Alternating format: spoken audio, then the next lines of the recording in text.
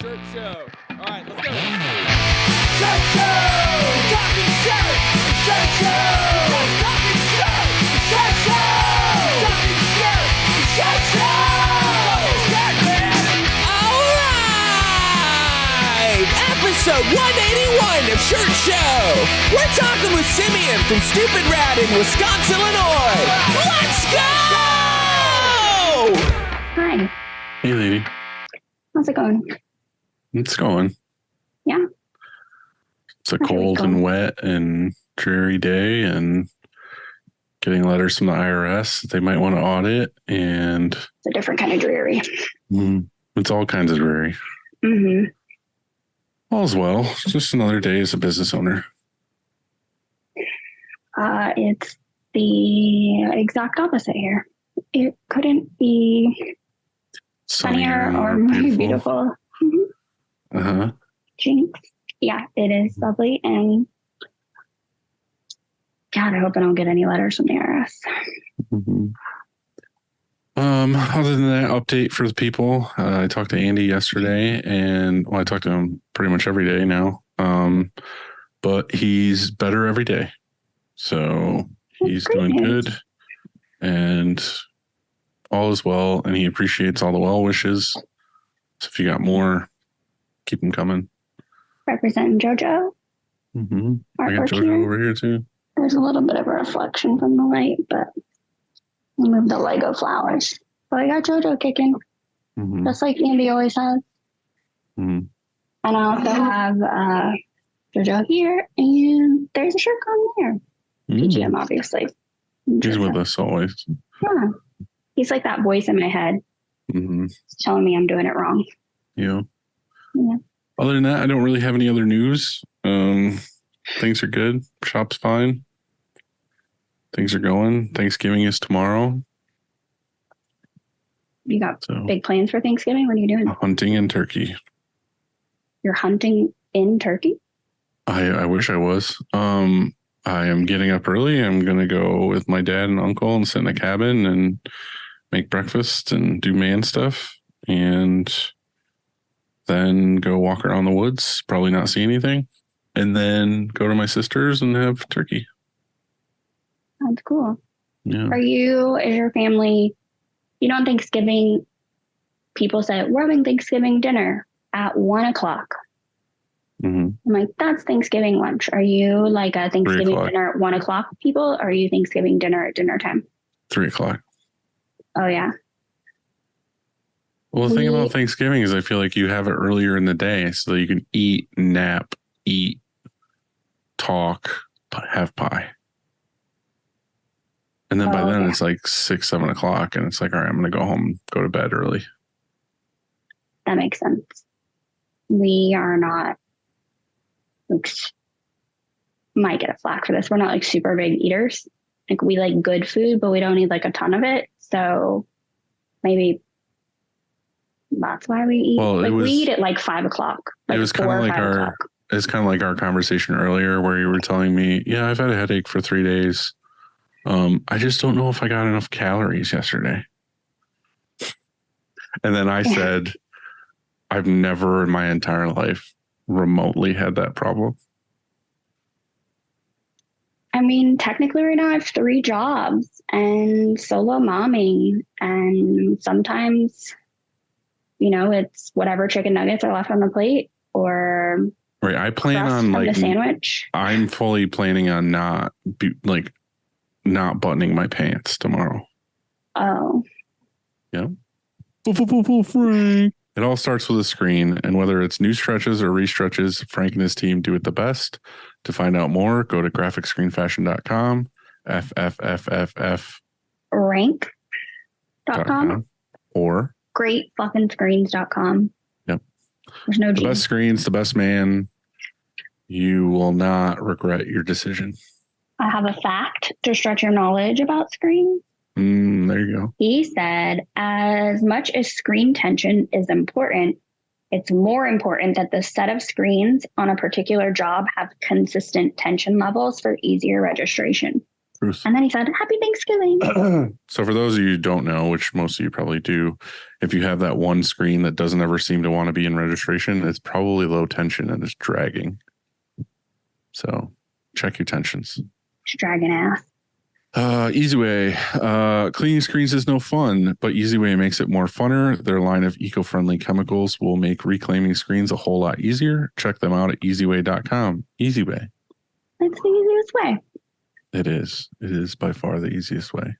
Tried to talk to Alex. Well, I did talk to Alex today because I tried to get his beautiful face on here to join me.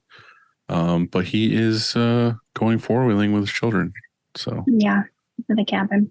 I said, have fun, buddy, and let's hang out soon. So going to try to go out and visit him and just do mountain man shit. So He also is going to have a big booth at Long Beach for Blue Water. So maybe we can talk to him a little bit closer to that. yeah, that's true. Because we haven't filled anyone in like officially on like an official Blue Water episode.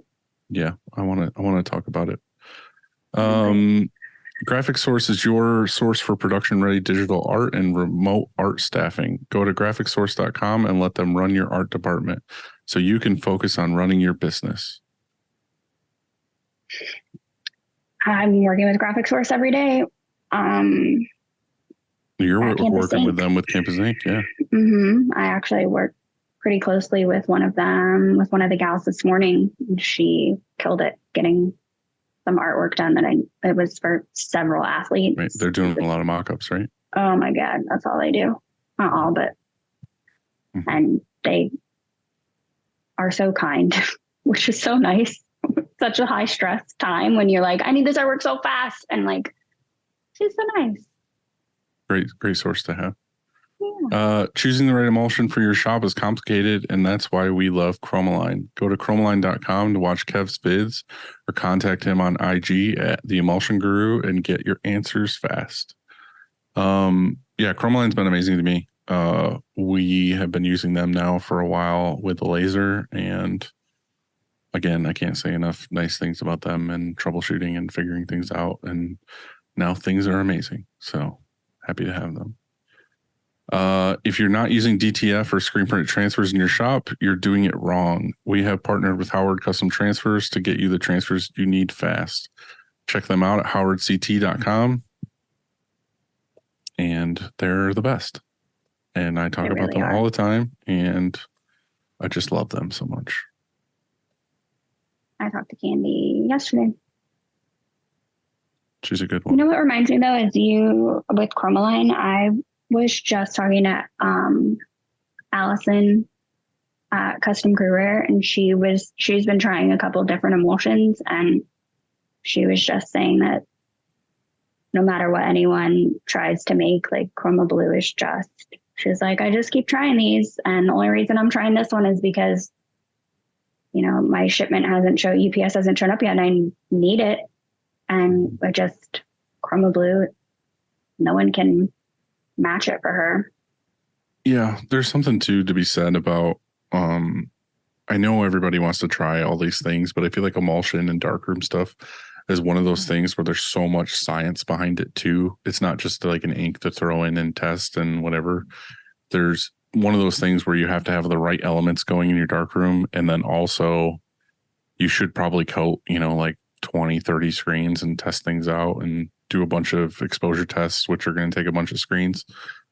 Call your local distributor and see if there's someone around that can come with all the testers and meters and somebody who knows the science, who can walk you through those things. Like, you don't have to, but it's way easier.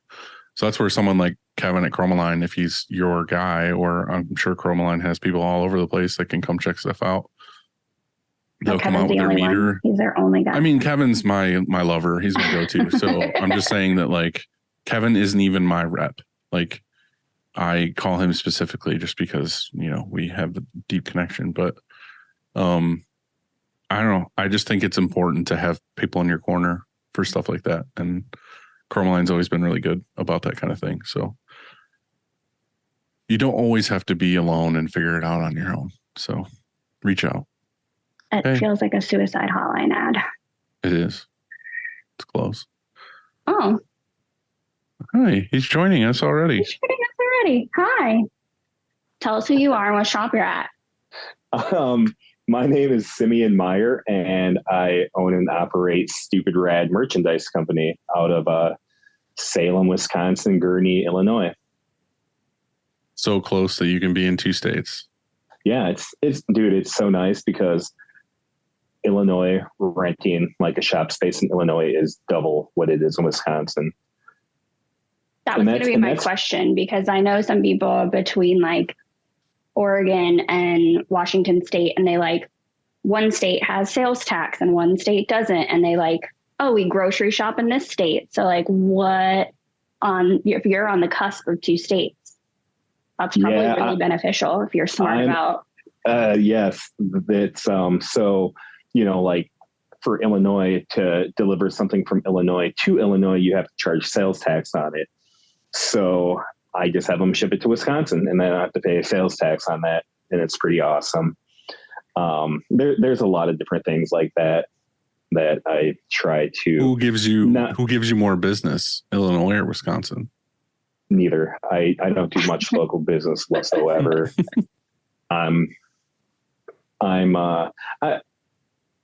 Let's go with Illinois, because Chicago, I deal with a lot of musicians, and a lot of musicians out of Chicago, I guess. So, and Milwaukee, but it's I guess more Illinois. Okay, that makes sense. What is even the big city in Wisconsin? Milwaukee. We have Milwaukee and Madison. Like Madison's a big college town for like University of Wisconsin.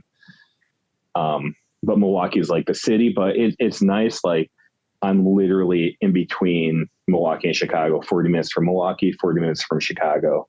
So nice. Yeah, it's awesome. Tell us about you. Like, what is your company all about? How did you get started? How'd you get into this kind of thing? So I don't really think of myself as a screen printing company. I think of myself more as a merchandise company that started screen printing because it made sense. Right. Getting into it, as I'm sure a lot of people do. So I started Stupid Rad almost 8 years ago, maybe 8 years ago now, as a resource for musicians and bands after talking to some guys I knew that were, on tour and touring all around the world. And at that time I owned a landscape and snowplow company, and big difference. Yes. And I was talking to this guy, and he was asking, what I do like in the winter, because he lived up in Madison, Wisconsin, which it's not too far from me, maybe 2 hours. And he asked if I needed help in the winter for snow plowing, because after tour, he's going to go and work in a liquor store or whatever, he needs to do to make ends meet while he's not touring. And it like, you think of a touring band that travels across the world, does world tours and everything, like, oh, they're making it, they're, living off their music, and they're not. And that kind of like hit me like, man, that sucks. What can I do? Which is always funny too, because you see these bands that I don't know. I like a little of everything, and there's, obviously like massive bands, but a lot of bands I like tend to be a little more under the radar. And it's funny, you go see them and you build up this thing of like, oh, I love their music. You see him on stage, this whole thing.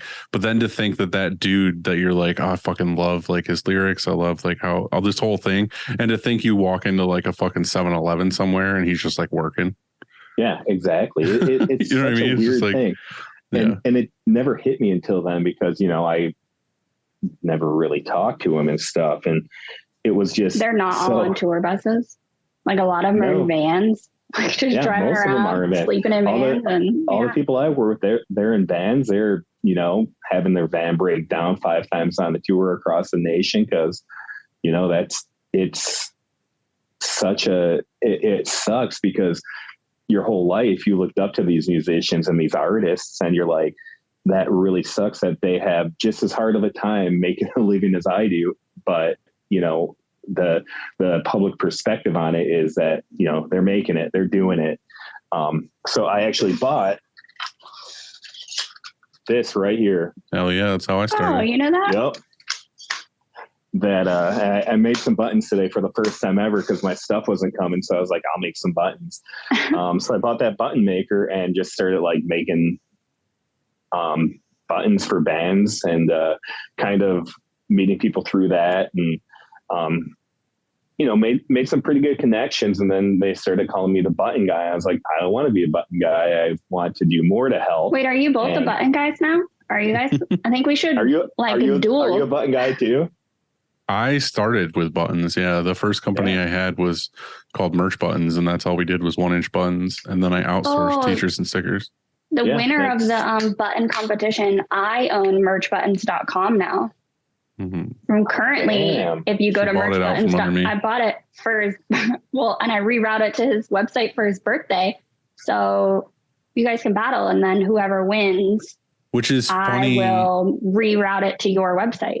Yeah, I don't like that competition. I love rerouting websites that I buy to people's websites that they don't know. Oh, that's smart. Yeah. It's a fun little like prank I like to pull on my friends that own businesses too. I recently was talking to some people about buttons, and then in our text group too, I had mentioned something about how I started the company doing buttons and then grew it into, you get to the point where you're like, I don't want to do buttons. I want to do t-shirts. I want to do whatever. Mm-hmm. And then now I kind of like think that if I push pretty hard, like I feel like buttons could come back in a hard way. Like I feel like I think if anybody's listening to this show and has an automatic button maker, hit me up because I want it. I think buttons are one of those things that can, like, if you want to push it, like you can push it, and you can make buttons all day if you really try to sell it, because everybody wants them. But I don't try to push it because I hate making those. It's so labor intensive. Yeah, exactly. So that was the thing, is back then I did the sales and I hired my buddies to press them. But at one point we had like multiple like hand presses and cutting and everything. And it was like this whole operation of that. And then right before it got to the point where I was like, I'm going to invest in like an automatic, which back then to me was like, I would have to get a loan or something. Like now you look at it and you're like, oh, I could buy one of those right now. But like back then you were like, there's no fucking way I can afford this. Like, you're living off of fucking dollars. And now I'm kind of like, just for nostalgia reasons, we're not living like off of dollars anymore. I knew I should have been on here. Sorry, I shouldn't have said that. That makes me sound like an asshole. No, it's but just like, not just that. Yeah, not just that. Everything makes me sound like an asshole. No, I kind of want to get back into it. Like, I kind of want to make a separate website. Well, I don't need it. Christina has merch ones. I could just use that. But I kind of want to see where it goes. But I don't want to do it all manually. I don't want to sit there and like punch everything and whatever. Press everything. I think you're like, I'll do buttons until Letterkenny's like, okay, we need 10,000 for each design, and you're going to be like, I'm going to outsource this. The funny thing is, we're going to go on a button rant for a minute. Yeah. So the thing is back when I did it, there was multiple button companies, obviously, and some of them would do it different ways. And then I would like scoff at their quality, because there was a bunch of them that were doing where it was almost like cardboard, like printed on like a thin cardboard, but there was no waterproofing to it. You know what I mean? You got that thing wet, it destroyed. Yeah. So like I liked it when it was like the ways that we made it, probably the same, where you buy like the Mylar covers and you like put the paper in the Mylar, press it, do the whole thing. Yep. And then I remember when I got done with buttons, I ended up seeing the way some other companies did it, where they were basically like printing and then pre-laminating the sheets and then having like a vinyl plotter or whatever cut them all out so they didn't have to sit there and like punch them all. Yeah. I was like, fuck, if I knew that. I was like, but then you got to think, if you do that, I'm giving away all the secrets now, but like if you do it that way and then you have an automatic button maker, it's literally just somebody like putting the parts in and the thing's pressing and throwing them in a bin all at the same time. So if it was a 5,000 piece order, it's not that big a deal, because the manual labor of it is cutting the sheets into strips, hand feeding them through the punching them all, making your thumb like super calloused and numb, and then doing the whole paper Mylar dance. And I feel like now with the smarts I have, I feel like I could push buttons again. Anybody listen to this, don't fucking start up your button company now that I talked about it in here. Actually, I'm going to do it. I have like a whole office in the garage that's set up, ready to go and empty. And that's I own merchbuttons.com. So. Okay, cool. Thanks. Go ahead. Have fun. I had somebody asking about buttons. I have like a 2.25 inch button press, and they were like, "Oh, can you make me buttons and this and this?" I'm like, "You can have that button maker if you make buttons when I need them." I'm like, "You take that button maker. I don't want to make you buttons." It was a friend. It's, you know, not like a client or anything. I had multiple sizes, and I always reverted. Like anytime somebody tried to order a bigger size, I was like, "Oh, I don't want to do those." Like 1 inch all day long. Like I just want to offer like 1 inch buttons, different quantities, 1 inch buttons only. Like just order them, streamline it, send them out. Yeah. But, so, all right. So anyway, I hijacked your story. Yeah. No, it's cool. You got a button maker, and then what happened with this? Started Stupid Fucking Buttons was the name of it, just because it was such a stupid thing, and I would just make stupid buttons, and you know, they started calling me the button guy. So I was like, I want to do something more than buttons. So I wanted to like get into enamel pins. So I found a manufacturer for enamel pins and started offering enamel pins. And then I teamed up with a guy that out of Chicago that screen printed, that started screen printing, hit me up, and he was like, "Hey man, you know, like we're kind of doing the same thing. If you want me to print t-shirts for you and you be able to offer t-shirts, then let's do that." And so this guy was like my printing partner for a few years. And it was cool because I was able to offer more. And what I started doing was starting like band websites, doing fulfillment and websites for artists and bands. And I would just reach out to them on Instagram. And that's kind of how I started doing that. And then like from word of mouth, it all kind of built off that. And when you did the enamel pins, was that in the enamel pin like blow up when everyone was doing enamel pins? Everyone was doing enamel pins, and they were everywhere. You could sell enamel pins so quick. Yeah. And they were selling so good. And then it dropped off really hard. Yeah. And I still get them made and everything. They don't sell quite as good, but bands and stuff. Like I work with a lot of like punk rock bands, so everybody has their pins and patches on their jackets and vests and everything. So, and then I had my friend that was in a band that he always like wore Stupid Rad, because Stupid Rad like is a brand of its own too. Like it's all over the place, and it's literally fucking all over the place. So how did this tie into, you were talking originally about people you knew in bands that would get off tour and have to get another job? Were you trying to help them? Were you trying to employ them? Like how did that work? Buttons, it was, I was just making buttons and giving them to the bands at that point. Like when I started, I'd make like 100 and I'd be like, "Oh, here, take these on tour with you." So it was kind of like a way for them to like make a couple more bucks, because, you know, everybody knows that bands, their merch sales are kind of what help them push through their tours and make them any money whatsoever. So it was like, okay, well, how can I be a resource and actually help them out? And I started like the Stupid Rad brand because it was, okay, well, if I could start a brand within this and be able to sell some stuff, I can actually offset some of the costs that it would cost me for the bands.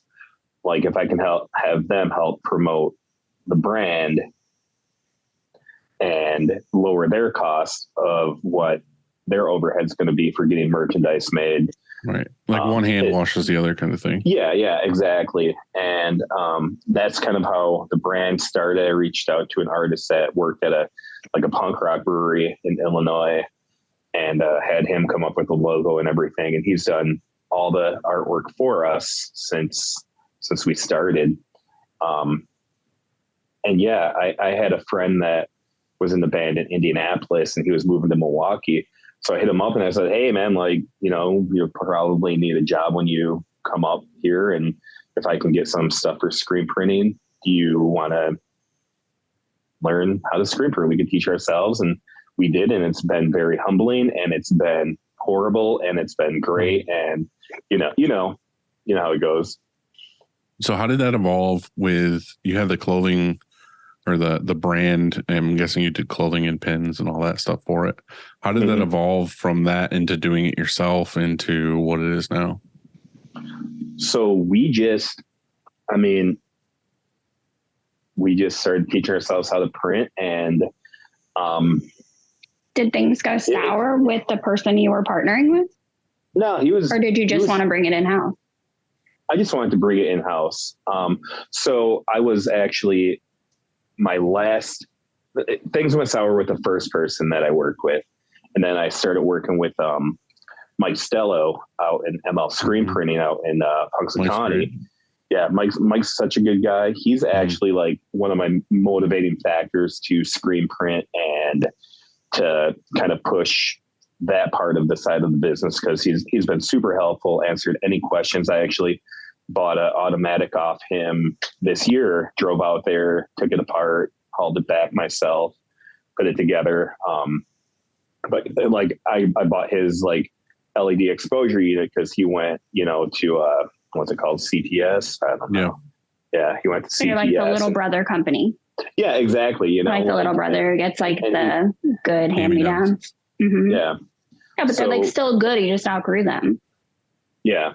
And he's been super great. And I'll still use him. I use him for embroidery still. I use him if I have a job that's, that I can't handle because of the colors or something, or like a deadline, I'll have him do some stuff for me still. So yeah, I mean, everything evolved. Like it was such a learning experience. Like we were all, me and Mike, the guy that came to work for me, and not Mike Stello, but like we taught ourselves off YouTube videos and trial and error in a shop behind my house that I had for landscaping that was not insulated, that was not powered well. So we got to it getting colder, probably about this time of year, 2 years ago, maybe 3 years ago. And I was like, what the hell are we going to do? I took apart my manual press, moved it to my basement, moved everything into the basement of my house. And COVID hit. And it was fine. Like we were kind of teaching ourselves still. I wasn't relying on screen printing as much as I was still like band fulfillment and doing fulfillment for web stores. So we kind of, kept teaching ourselves. And once COVID was kind of like ending, we were at the point where things were starting to get busy. Bands were going to start going on tour again.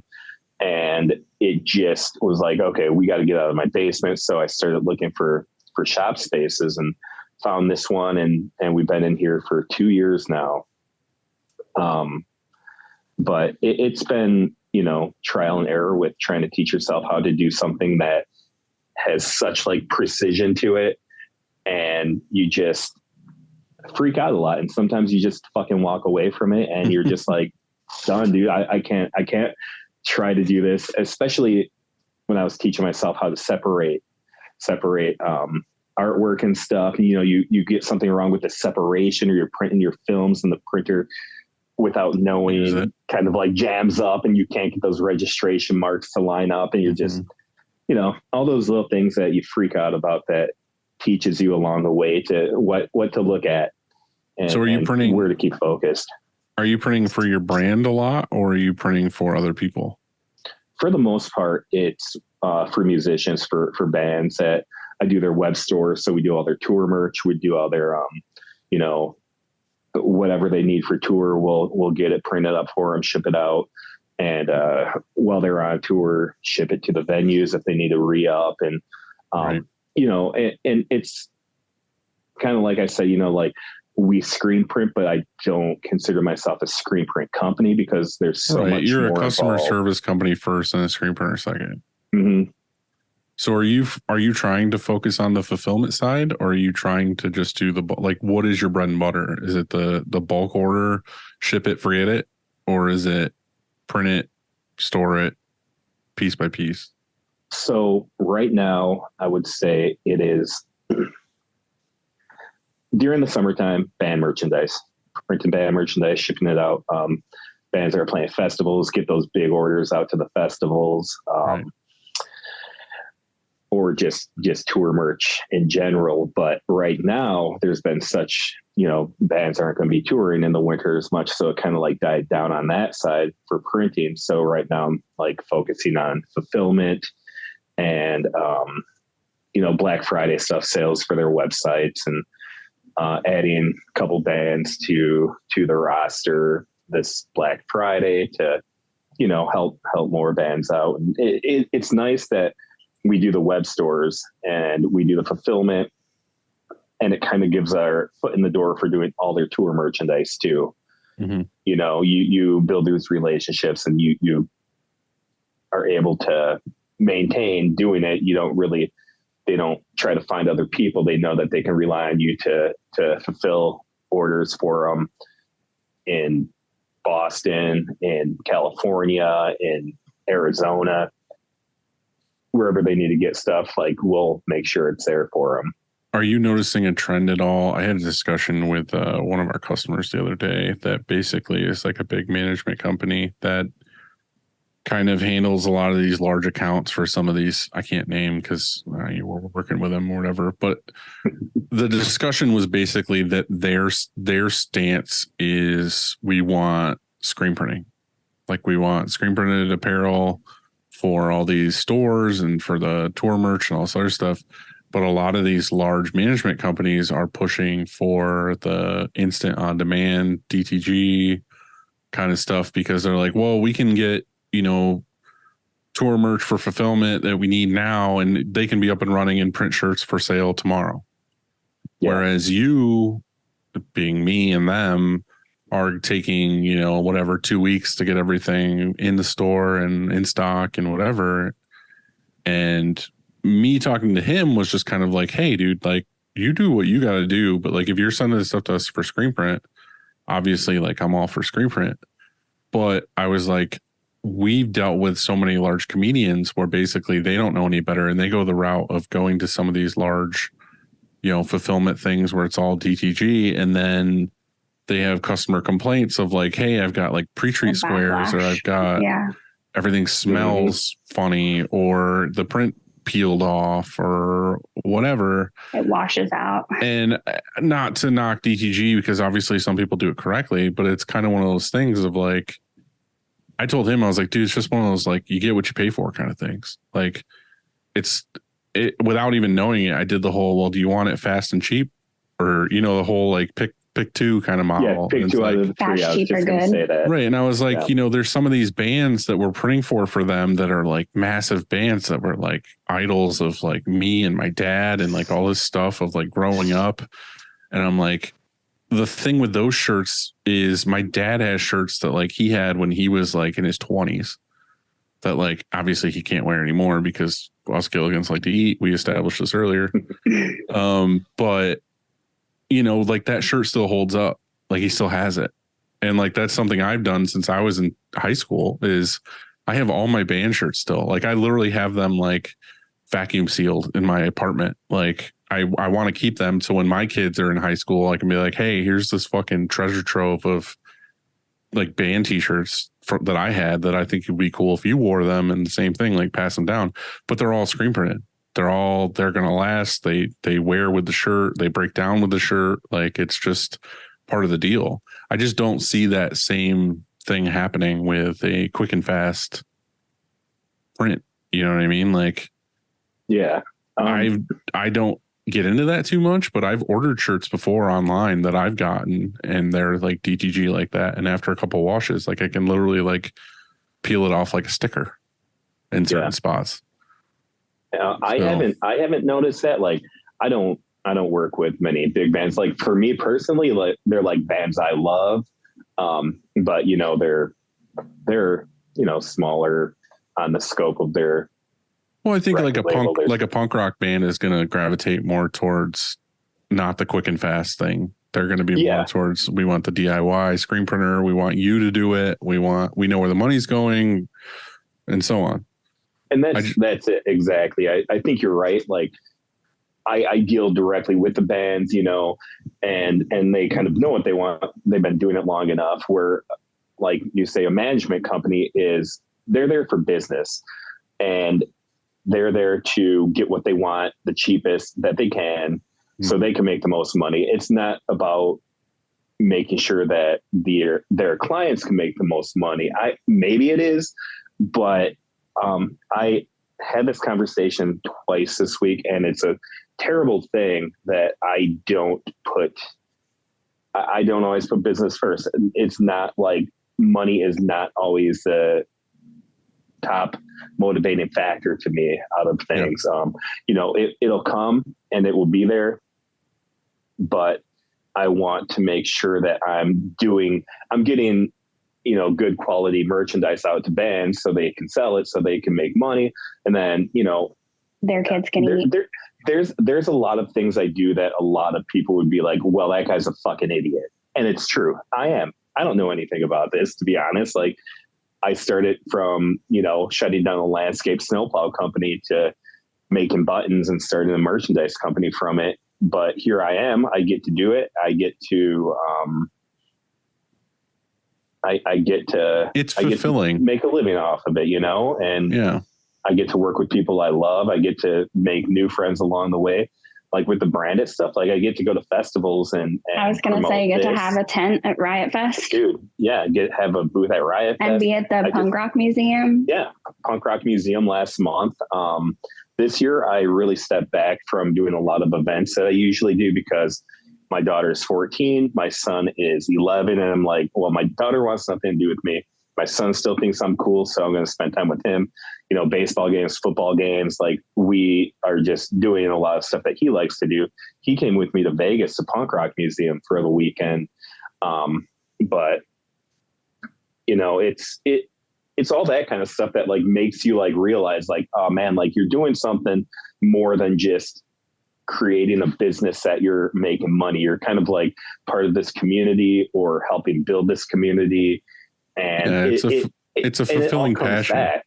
Yeah. There's bands that I really like that I have wanted to work with. Like this Friday, I'm going to be starting a new web store for a band that for 3 years we've talked about it, and they were using another company. And I'm the kind of person that's like, well, I'm not going to step on anybody's feet. Like, I don't want to create enemies in this sector. I just, if it ever doesn't work out, let me know. And it took 3 years, but I get to work with them now. And it's pretty cool to be able to do that. Like, in the back of their mind for the past 3 years, they were always like, oh, I'd like to work with them, but we have obligations elsewhere. Yeah. I had a discussion with somebody today, actually, that basically we were talking about, they were like, oh, I'm having a hard time getting business. And I'm thinking about, trying this or doing this. And, I had a discussion with somebody the other day, and I did a face-to-face or a Zoom or whatever it was. And she's like, oh, I got so much more business from doing that. And then I was like, yeah, well, anybody can go anywhere for screen printing.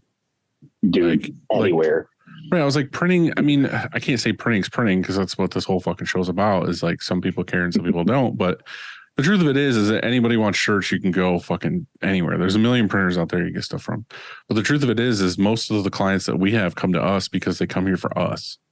Like, they come here for me, or they come here for their other customer service. Customer service first. Right. And I'm just saying that, like, it's you building a relationship with these bands and caring about these bands is the reason why they come to you. It's not necessarily because they're like, oh, he screen prints. This is obviously the only place I can go for screen printing. Like, and that was my discussion to her, was just kind of like, yeah, like, put yourself out there more and talk to them and be like, hey, I'm here. If you need anything day or night, you can text me, email me, whatever. Like, I'm here to help you through this and walk you through this. Not necessarily like, send me an order and pay me. You know what I mean? It's kind of building that relationship. So it's the same thing that you said, like, hey, I'm here if you need me. I'm not trying to step on toes. Just like, if they fuck up in some way where you're like, I need to go somewhere else, like, I'm here for you. Yeah. And I think that's admirable too. I think that there's something in my previous life when we did value selling, there's something left over from some older generations where they feel like they get business by dogging other businesses. By stepping on someone to boost them, or just in general, like, think about if you go to test drive a car and the salesman talks about how much better this Chevy is than that Ford, and they spend the whole time, instead of focusing on the benefits of having a Chevy or whatever, they spend the whole time talking shit. And I think that in the big picture, psychologically, people won't trust you if you talk shit about other businesses to them. Which is why I hate politics, is because when it's like voting time, it's all those commercials like Mark Melanero used to punch children, and it's like, you know what I mean? It's just like ad after ad of like, they're just what are they called? He pisses in his backyard, and it's just like, what? Like, why are these? Yeah. It's just talk. Spend all this ad money on like talking about what you're going to do that's good and better than the guy before you. Yeah. Like, and instead they just come out with all these hate ads, and it's like, it's literally one of the most ineffective sales perspectives, but it's a default for a lot of the older generations. Like, just look how shitty they're doing, and we do it so much better. But it just dogs. It's a dig at your own personal. It just shows character to me. It shows exactly. Like, I try to maintain like integrity, positivity as much as possible, even if I'm having like the shittiest day. Like today, I'm having the shittiest day, but I'm not. I'll talk about it. I'll joke about it. Because you have to be on the show. Yeah, so but shitty. I'm not. No, because of UPS, it's fucked up my whole week. But I'm not going to let it, go. And I never want to ruin somebody else's day because I had a bad day. You know what I mean? Like, I'm not going to go and have a shitty day with one client and then be an asshole to another client because, they had, whatever. I kind of have a policy. And it's really hard to do that when you do fulfillment and you deal with customer emails with fulfillment. Oh yeah. Really hard. Dicks.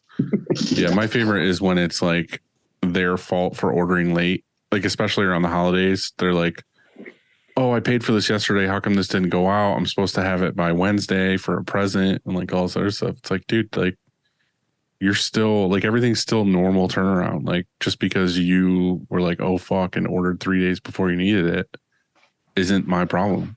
That's like one of the number one phrases we had at the shop was an oversight on your part does not constitute an emergency on my part. Right. I don't know. We have a policy. Well, I have a personal policy here that like, I won't hunt for other, like, I won't try to poach business from other print shops, like knowingly.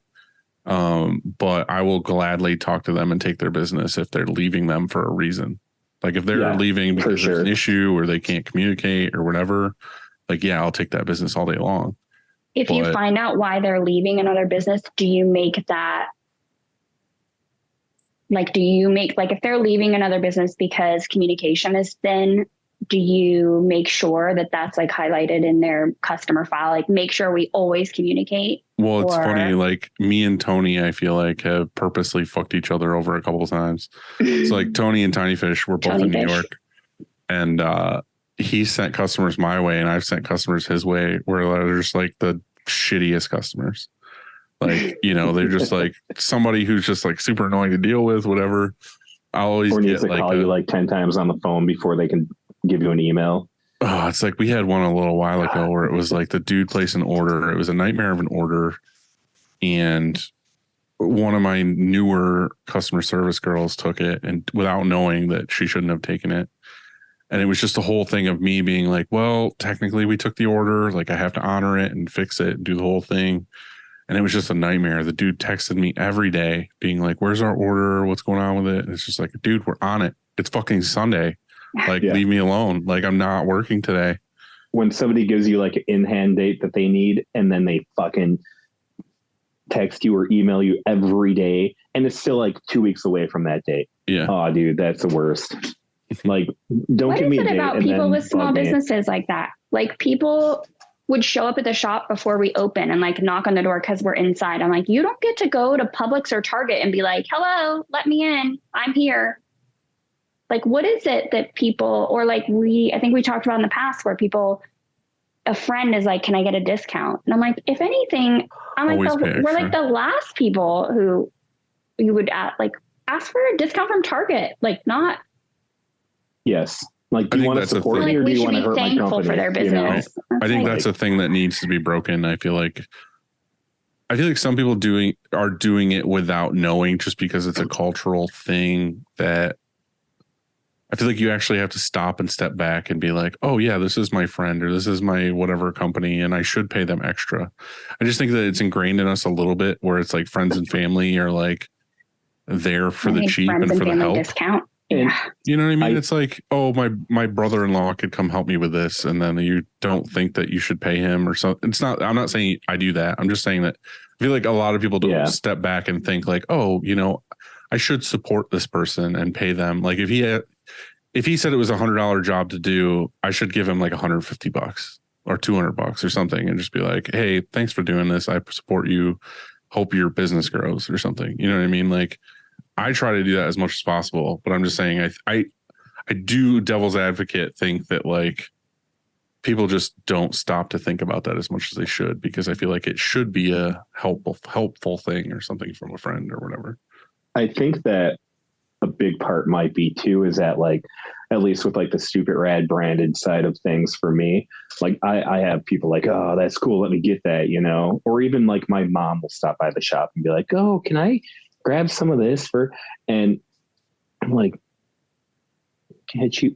Not to my mom. Like I would never make her go online and buy shit. Mom. But you know, like there was my dad's like brother-in-law's son, like my dad's nephew. That's or whatever. Too far removed. Full price. Well, it is. But my dad bought some shirts for them for like Christmas, and this kid lost his. So my dad's like, oh, hey, can you get another shirt for Danny? And I'm like, yeah, that's cool. But then I just don't, because like, if it's not an email, if it's not in front of me, like I just don't think about it. I don't, you know, then like I saw his dad up in northern Wisconsin this year and he's like, hey, so yeah, you never got that shirt to Danny. And right there, I'm just like, you fucking piece of shit. Like have him go buy a fucking $20 shirt. And then I don't have to worry about this. And he's supportive. Like if he wants that shirt so much, you know, he's a college graduate. I dropped out of high school. Like he's doing a little bit better than me, I'm sure. Like, right. But also he lost it. Like the consequence for losing your shirt is not a positive one. You don't get a free another shirt. Like exactly. Like the consequence is you lost it, replace it. And that I was just kind of like off put by that. Just like, ugh. But I think like there are people that just kind of want to be part of it and they think it's super cool. So they're like, oh man, like let me get that so I can help promote you and stuff like that. But that's a whole nother situation with, you know, people trying to get stuff and telling you that they're going to promote you with it. What's the focus of your brand? Like, are you just doing like specific style things or are you into anything? It is literally just a stupid brand. I like to call it like a party brand. Like I just like to go out there, have fun when I'm doing like the promoting and just fun shit that I want to make. Like I want. Okay, before I knew you, wait, Nate Hansen sent me. I'm supposed to ask something about sandwiches too, like the epic sandwiches. Epic deli sandwiches. I don't know. That's what Nate said. I told him that we were recording with you and he was like, epic sandwiches. Like, okay. But he told me about you. I started following you and I thought this stuff was awesome. And I ordered like before we even started chatting on Instagram. That's what I got up and went and got was like, I got, it was fanny pack. Yeah. Fanny pack. And then it's full of stuff and it's like, yeah. So that was actually one thing I was going to show. But like, I'm in Florida, like there was sunglasses. I think it's a fun brand, but it's also like a really smart way to like show all the people what you can do too. And that's a big part. And I really need this made me laugh super hard. Hey, that's like awesome. Stupid Red Merch Co. instead of Paul Red. But yeah, it's just like stuff that I think is fun that I just and like all the logos are like real funny. Like look, it's like the Burger King, both Stupid Rad. Like Toys R Us. Did I send you one of those chains? Yeah. I do have a chain. That's like one of the favorite things that I've ever done right there. It's like a legit chain, like heavy. It's like Death Like Row, Death but Row it's Records, rad. Yeah. Mhm. 'Cause we did like a rip off of that, of course. And I was like, dude, I need chains. And I used to love like Famous Stars and like the Straps. Sorry We're Closed. Yeah. Oh, I did love Famous Stars and Straps when it came out. And they like started with belt buckles. So I was like, with Super, I was like, I need to make belt buckles. So I did belt buckles, you know, like just a bunch of just fun stuff. Okay, so this is one thing. Obviously, I can't travel with it on airplanes, but it goes in your bag in my purse or whatever, and it looks like a business card, but it folds up. A knife. Uh-huh. I'm not going to talk shit about your product, but like I used to have one of those. I think I got like Amazon or something, and it's so fucking dangerous. Oh because, man, like once it's an actual knife, if you were to use it, it like folds on your hand. Well, no, these have like buttons. Yeah, I understand. Like it like clicks in. It's a plastic handle. If you're trying to cut and your like hand is back too far, yeah, like it will fold back and it will be the back. It will be the back side. I'm always like, I only sell those things online because I could just like imagine like being at Riot Fest and selling knives and like on the news, like the big, you know, everybody's getting stabbed at Riot Fest with these knives, and you'll see on the news really like good marketing. Secret Rad logo. What you should do is do it for like an enemy and brand them for your enemy, and then pass them out, and then give them to everybody. So I don't have enemies. Okay. Anymore. Yeah, anymore. Those knives. Merchbuttons.com. I'm actually I have a sample of like real switchblades coming, and I'm going to do branded. It's actually going to be like co-branded with two of the bands I work with that we're going to do switchblades and a collaboration. How much research do you do into those kind of products like those? Obviously, you're getting them, most of that stuff like overseas. Yeah, for sure. I have, so the pins, like the chains, credit card knives, that is, I have used the same manufacturer since day one, since I found a manufacturer for pins. So I'll ask them like, hey, can you do this? Can you do this? And if they can, they'll send me a sample. So for like the fanny packs, I got made by a new manufacturer. And I got like party shirts made up, like button up, like kind of Hawaiian shirts. Like fully sublimated. And yeah, exactly. So I've been trying to use them for stuff, but those fanny packs, half of the straps came sewn upside down, which sucks. But they were super cool with, you know, they gave me like a discount off my next order and everything. So that's cool. But I try to stay true to like people I work with, to try, even, you know, I don't want to say even if it is like overseas, like I still want to have those relationships with people, because I had an order of 800 pins and patches that got lost 2 weeks ago from FedEx. Oh, they delivered it to the wrong house. Like the picture, definitely not my house where it was shipped to. And that's a lot of money right there. Like, especially shipping that much weight from China to get over here express. But you know, the manufacturer actually like won the FedEx case on it, but like the manufacturer said, regardless if we win or lose, they're going to remake it, because, you know, I've been such a good client with them for the past so many years. So it's all about customer relationship and even like people I'm using. And I feel like it's very important to build those relationships with people and try to, you know, stick with them for what they can do. And, you know I can't do everything. I don't do DTG. I don't do DTF, and I can direct a person where, but I can also, you know, just sub it out to people I know. But like you were talking about like DTF or DTG before, like, man, I was working with a friend that had a DTG company, and we did some like stupid rad stuff like on demand, and, you know, you could pick whatever you want on whatever color shirts, and they would print them, and they just washed right out. It sucked. Yeah, again, like it's not that DTG is bad. It's just that some people They weren't doing it right. Yeah. Yeah. Some people doing it are bad. Yeah. Yeah. I mean, it's the same with screen printing too. Like it's just, I don't know, less. Oh, dude, I feel like. I still have like so much to learn screen printing wise, and I want to, but so like all this stuff I'm talking about, like printing, and I do like dye sub printing, like on the koozies and stuff, and the brand, the fulfillment, like it's me. And I had this guy that was here for 4 hours, or I have another guy that's here for, a couple days a week. And I'm pretty much doing the brunt of everything. But it is nice to be able to have some people print while I'm trying to get this other stuff done. But, and I'm very bad with organization. Everything's in my head. And yeah.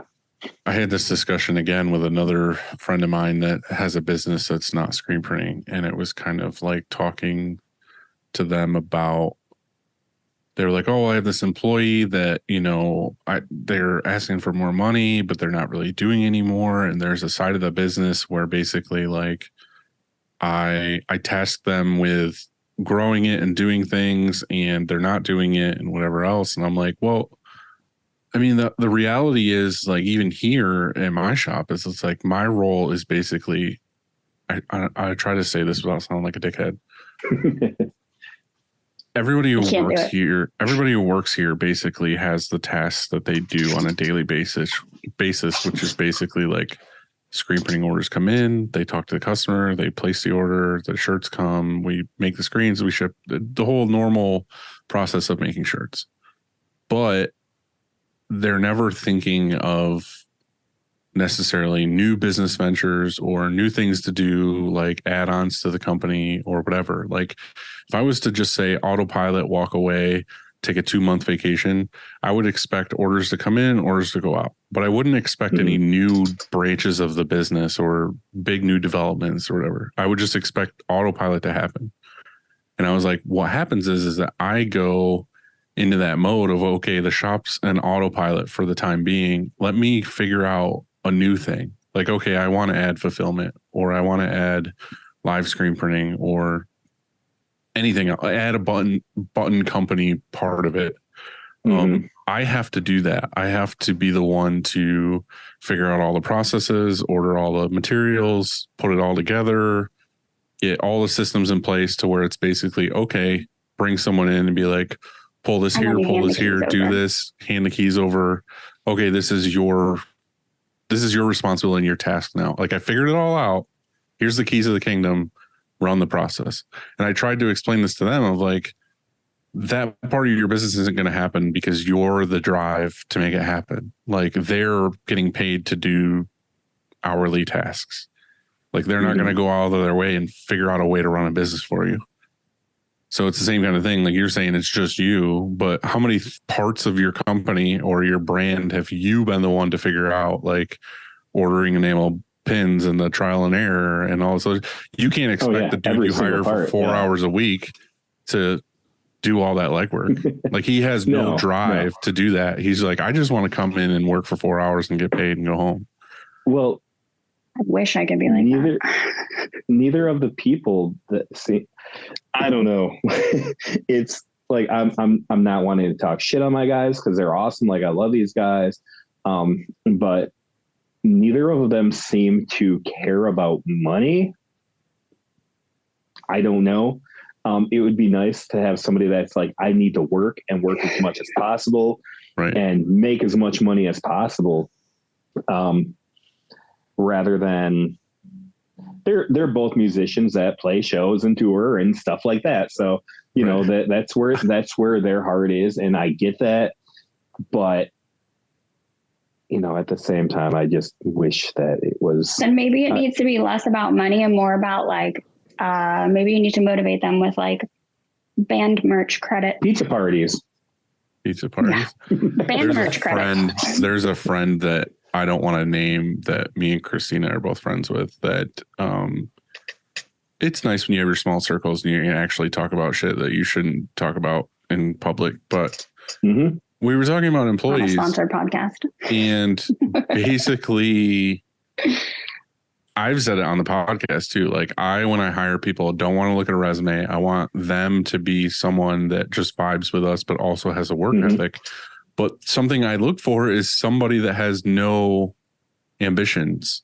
Like, I don't want to hire somebody who's like, I want to be a dentist one day, because it's like, why would I spend a few years getting you to where you're comfortable to run your position and be like A game to just leave and go be a dentist? Like, I don't hire for that. And I don't know if that sounds shitty or not, but what I want is the person who's just like, I just want to work my 9 to 5, bust ass, and like make my paycheck, but care. And then I go home and I just like party or do whatever the hell I want to do. Like, somebody that wants to make their money, but still enjoys what they're doing. But the funny thing that this other person said, which makes a lot of sense, again, is something you probably shouldn't say in public, is just that I want somebody who's hungry, like literally needs the money to pay bills and get food on the table. You know what I mean? Like, I don't want somebody who's comfy. I want somebody who has struggles. Like, I want somebody who's like a single mom who's like, I need this fucking job, or like my kids won't eat. Yeah. Because the thing is they will work hard and they will not call in sick because they need the money. They need to work 5 hours they need to work 5 hours. They need to work 5 days a week, 40 hours, because they need that paycheck. And that's the funny thing, is it's like, it's shitty to say that out loud, but it's kind of true. Like, you want somebody who fits that role. Like, you don't want somebody who's like, I live in my mom's basement and I don't care if I work 2 days this week. Like, it is what it is. Like, mom's going to make lasagna tonight regardless, and South Park's going to be on later, so I don't give a fuck.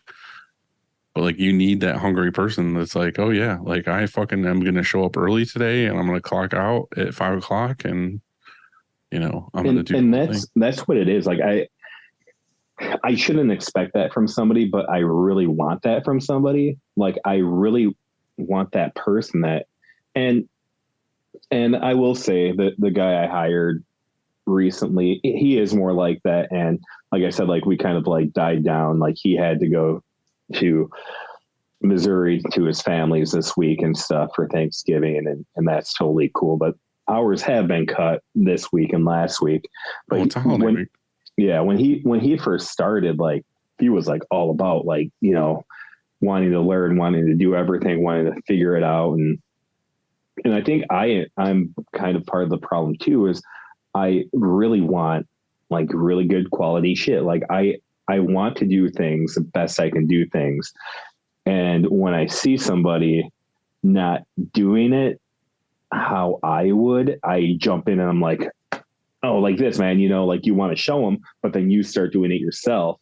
And I think that's my downfall, is that instead of just showing them, I start taking over what I'm trying to teach them. Yeah. Yes. And it sucks because, you know, and, you know, even like coding screens, I'm like, okay, yeah, do it like this. And then I'm like, I get through the screens. I'm like, fuck, I didn't let him do it himself, you know, and I just need to have him do it. 'Cause that's all something that when we started, you know, you suck at, you fucking get. You have to set up safe opportunities for failure. You have to set up, like, that is something that I think a lot of business owners miss out on, is that, like, from a training perspective, there is a difference between showing someone how to do something and teaching them how to do it.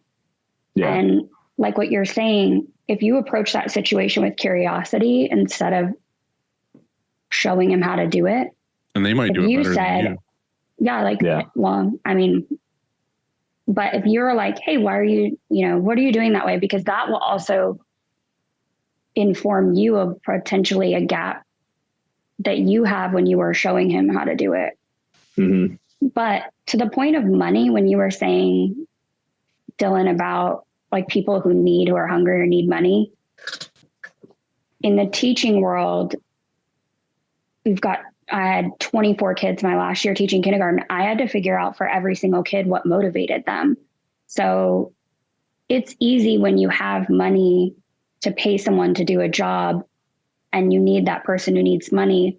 But sometimes the other employees, they don't need the money. They need you have to figure out what motivates them, which is kind of what I was saying about, like, oh, band merch. Like, if he really wants merch for his band, you can be like, hey, every week you don't make a mistake, or every job you get done early or whatever, then, you know, I'll give you a set of 24 shirts for your band or whatever motive. Like, you just have to, like, money to me is the easy way out in the industry of like, okay, we have money to pay you, we're making money. But if you took it a step further and considered what actually makes your employees tick, you might have better luck of keeping them interested.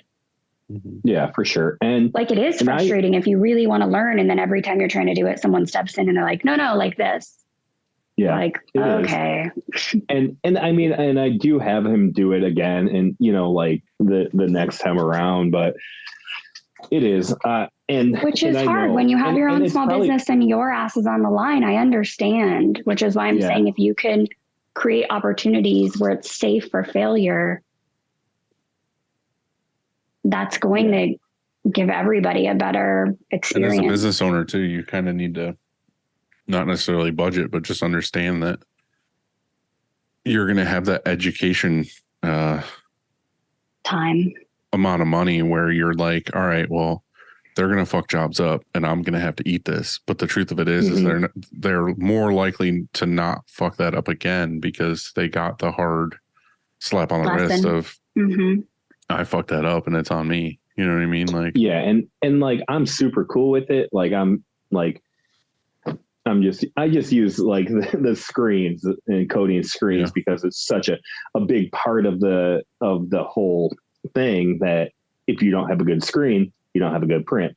If you have thick emulsion, you don't have a good print. If you have, like bubbles in there, like you can't even use that screen. So, and I'm like cool with him, I explain it to him like really cool. And I'm like, okay, so like, this is the kind of pressure I use. Like, and it's not like even though I am micromanaging, I'm not trying to, I'm trying to be cool with him. And, it's, well, this might not be the right approach, but it's something too. It's the same thing of like, I see if the darkroom guy is coding screens and he's not doing it the greatest way, but nobody ever comes to him and says like, hey, you fucked this up or whatever. Not that they should come and say you fucked this up, but it's one of those things like hey, fuckface, you're fucking this up. That's usually what happens here. Idiot. But I'm just saying that like, I want to say that, but I know he's going to listen to this and be like, oh. I'm just saying that like if the printer was to come to him in a nice way every time and be like, hey, we had this on press, we went to print this, but it was full of pinholes. Yeah. Bring the screen to him and be like, hey, hold it up to the light. See all these pinholes all over the place. This is probably because you had a dirty ass fan blowing like linty air on a dry screen, or you didn't wash all the chemical off the 701 off, or you coated you swept the room and then decided to coat screens. Like there's all these things that could have happened, and this is why this happens. And if somebody comes to them, it's not that they're scolding them, but they kind of get a little bit of that like slap on the wrist. Then they might take that into account next time they coat screens of like, oh, maybe I shouldn't fucking do this or do that or whatever. It's not like you need to come in there and be like, you did this wrong, you're doing this wrong, you're doing this wrong, you're doing this wrong, without any actual proof. Like to me, it's better to bring a screen and be like, this broke down, or feel like, hey, grab this coated and exposed screen, rub your thumb against like, the EOM and be like, do you feel the stencil at all? No. Okay. Well, you're coating these too thin.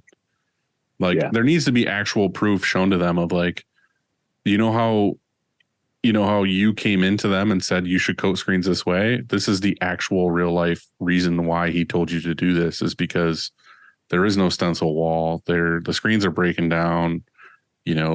We went to wash this out and the screens weren't fully dried before you tried to burn an image on them, and they broke down on press because everything wasn't linked well, and all these other things. Like they just need to be reminded of those things. I feel like the one thing that happens here often is that somebody in the chain of progression to get it to print mess something up, but then when it goes to press and something bad happens, they might be angry and complain out there, but they don't actually come explain it to the person that messed it up. And then the person who actually messed it up might have done it unknowingly, and they just keep making that mistake over and over again because nobody ever came and told them like, hey, fuckface, stop doing this, because when it gets out here, this is the problem we're having. So it's one of those things like someone will come to me and be like, oh, fucking so-and-so is doing this and, blah, blah. I'm like, well, did you talk to them about it? Like, did you go to them and say this is happening? No. It's like, well, how the fuck are they going to know Yeah, exactly. to not do that again if you just So this is why I'm a big proponent in training. I know it's harder if it's just you, Simeon, and you're like one person, but and I'm pretty much training myself at this point too, you know, like, which is totally fine because you're learning Yeah. too. I mean, I think if you're clear from the beginning, like we're learning together, here's what I've learned so far. But like our graphic designer at the shop, she'll design stuff and she doesn't have an understanding necessarily of how things work in screen printing or like what size lines. Like she's designing for the customer without knowing. So like if I had a screen person who was doing something like not the thickness of emulsion was off, I'd put them on press with one of the screens that they made and said like, let's print with it and see what happens so that they can actually see, because that's a lesson that's going to be retained. And even if you're going in and you're like, hey, just like you said, Dylan, like feel this screen, you feel this. I wouldn't just say, this is the answer, this is what's wrong. I would say, how do you think that might affect printing? Just to see what information that they have. Yeah. That is going to be, that's going to touch on parts of the brain that makes that information stay in their brain and not just like annoyed that you're coming in to tell them they did something wrong or they feel embarrassed or bad that they messed something up. Then they're a part of the problem solving process. And I try to work it that way where, you know, if I notice something, like when this dude came in, like I told him, like first thing I was like, I'm just going to let you know right now, you're going to have a lot of days where you are frustrated and one day everything will be perfect. And the next day you'll do everything the same, you think, and it's just, nothing's going to work.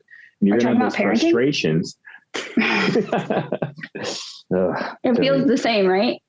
I'm watching texts come in through my phone from my wife about stuff I need to do with my daughter or something as I'm having this conversation. I'm just like, okay.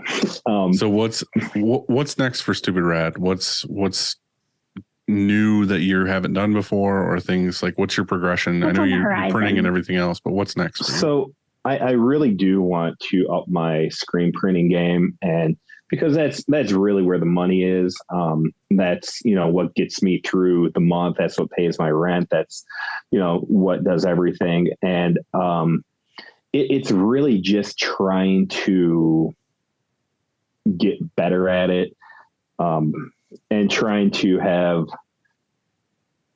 the one dude that started with me, like he's pretty good at it. He's busy a lot and he unfortunately can't work a lot, and that sucks, but you know, he's pretty good. So it's getting the new guy kind of dialed in. Since I got the automatic press, I've only been teaching him on the auto. I've only been having him run the auto so he can get that. But the issue is that I put together the auto myself and I couldn't get it calibrated, and I couldn't afford to get a technician out to calibrate it. So we've been kind of working with it, how it does work, and trying to do that. But last week I finally just took 2 full days to get that sucker calibrated myself and to get my dial indicator and to get everything dialed in. So hopefully that it's really getting that auto to make its money that it needs to make, and to get the efficiency that we need. You know, I have an auto sitting there, dude. I'm running 6 color manual jobs, and it sucks just having that thing laughing at me the whole time. So it's really, the truth of it is, you do what you got to do and what you're comfortable with to make sure that the best product is out for the customer or you or whatever. Doesn't matter if it's manually, it doesn't matter if it's auto or whatever. It's just like, just do what you got to do to get the job done. And that's always what it is. Yeah. Getting it done and doing it how it needs to be done, and, you know, making sure it's good. Yeah. Well, we appreciate you coming on and doing this with us. I'm a very negative person on myself, which I think pushes me to try to do things the best that I can. Yeah. So, you know, I come into this just thinking to myself, like, I have no fucking knowledge that will be beneficial to anybody whatsoever, but that's not I don't mind doing it. I like talking to people sometimes. No, that's great. And I think a lot of our conversation too is just like, you know, we figure it out as we go. You know what I mean? Yeah. Like that's kind of how it all works. And like I said, the truth of it is we talk to anybody and everybody on the show, and everybody has something to offer regardless. Or somebody listens to this that's in the same boat as you, and they realize I'm on the right track. Like I'm doing a good job and I'm doing the right thing. So yeah, again, super appreciate you being on, man. Thank you. Great story. Thank you. I'm going to have to go on and order me. some shit. Give me the good stuff. See right now I'm like, no, you don't want any of my shit. It's stupid. No, He threw a big fit that I ordered. When I ordered, he messaged me and was like, I don't want to send you anything. I don't like sending screen printers my stuff because they're going to judge it. And I was like, I don't give a shit. I know you had Andrew from Blackout Screen Printing from Denver on just recently, and he's such a good guy. He's also been like super, super, super cool to me. I hung out with him in September in Pennsylvania. His band played a show out there, and like all he kept saying was he was at a show that his band was playing, and he took a picture of a shirt of a band I work with, and I was like, don't look too close at it, man. Like that was a rush order. And he's like, it's just a fucking band shirt. Who cares? Yeah. And that's always like what I have to keep telling myself. Like, it's a band shirt, like the funny thing is hard on our own prints that go out the door. I'm the same way. Like some of my favorite shirts that I own are not printed that great. Like, yes. And I don't care, but also weirdly a part of me likes those more because I can see the imperfections. And if anything, it makes me feel good knowing there's other shit out in the wild that has mistakes or has issues or has fibrillation or is out of registration or whatever. Like there's nothing more comforting and humbling than when you go to like Target and you see shirts that are like super shitty or out of registration or something. Yes. You're like, I'm all right. You know what I mean? And people buy them. It's okay. People don't know. People don't care. And like if I was to buy something from you today and got it in the mail, I would love it for the fact of like, I met you. I know you did it yourself. That to me, I don't give a shit. Like it's more about cool. Supporting someone than it is. Yeah, it's more cool in the fact knowing that you made it than thinking it was from China or something. And the funny thing is too, like about that, the first guy that was printing for me, when I started printing myself, I looked at some of his shirts and I was like, oh my God, dude. Like I've never noticed like how bad some prints were that I got, even for the brand side of stuff. You don't think about it until you don't think about it because you don't know it. But now you walk past every fucking shirt and rub your thumb on it to see what it feels like. Yeah, we have certain things like here and there where you're doing, a 12 color sim process thing and you're looking at it under a loop and you're like, oh, there's a little bit of pickup on this blue. And then we're out there fighting it for an hour or something. Yeah. And then we step back and we're like, what the fuck are we doing? This is for like a death metal band. Yeah, this is that like does not give a shit. Like, not that changes our mind about if we should fix something or not, but it's still like, know your end user. You know what I mean? Like, not that we want to give anybody shit. Like that's something we talk about. And that's another hard thing too, is like sometimes like you get a rush order and you're like, I just have to fucking get this out. And it's not as good as it could be, but you're like, but it needs to be as good as it should be. And you try to tell yourself like, just because it's like shitty, like, or just because it's rushed doesn't mean I can just get away with doing a shit job. But the truth of it is we all like to say we're all fucking quality and we're all whatever. But the truth of it is sometimes you just do what you got to do to get the job out and done. Yep. And passable like looks like shit running kind of thing. Good enough. Good enough is. But if you're in a pinch, it's a rush order. They, again, like Christina said, like they fucked up and they ordered the last minute, they whatever. Well, they're going to have to pay with a little bit of pickup on that blue because I can't sit here all night and fix it. Like it has to get out the door today. UPS has to pick it up. It is what it is. Yep. An oversight on their part does not constitute an emergency on our part. And end the podcast. It was great to meet you, dude. Thanks for doing this with us. Yeah, have a good rest of your day. And Happy Thanksgiving. Happy Thanksgiving. You guys have a good Thanksgiving tomorrow and eat a lot. Well, I will definitely do that. Good. All right, dude. We'll see you later. All right. See you guys. Thanks for having me. Bye. Yeah, later, man. All right. Bye. How do I get off of this? That's what she said.